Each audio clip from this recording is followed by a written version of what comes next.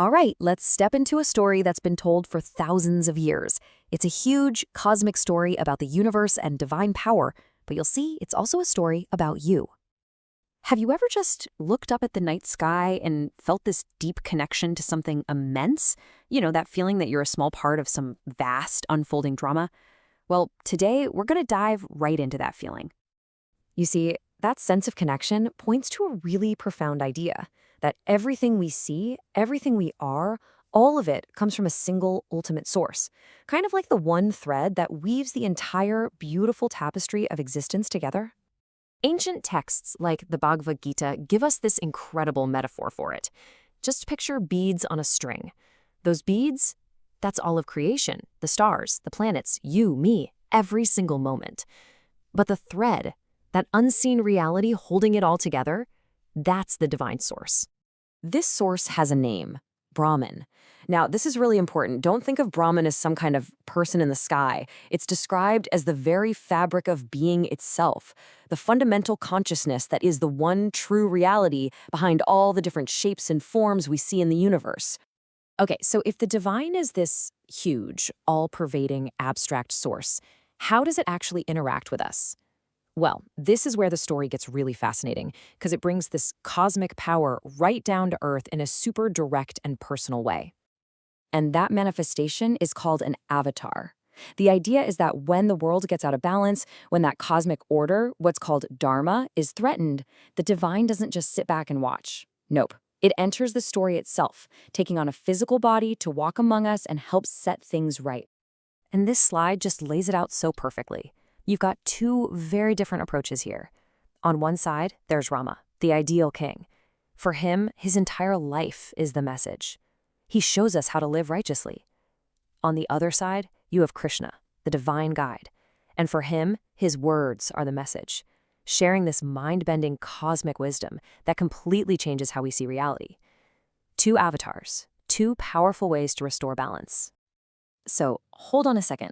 If there's only one ultimate reality, this Brahman, then why do we experience such a diverse, complicated, and let's be honest, often confusing world?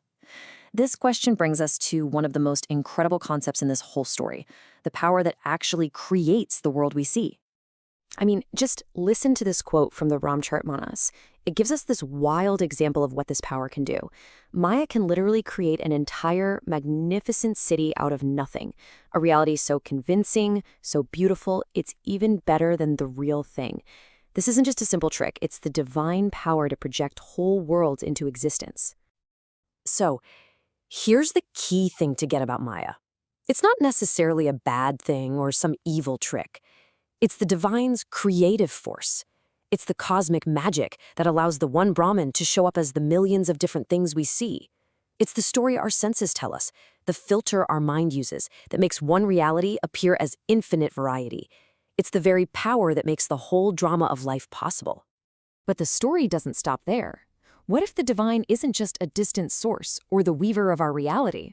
What if it's also present right here, right now, shining through the very best of creation itself? This is where we learn to see the divine in the peak of all things.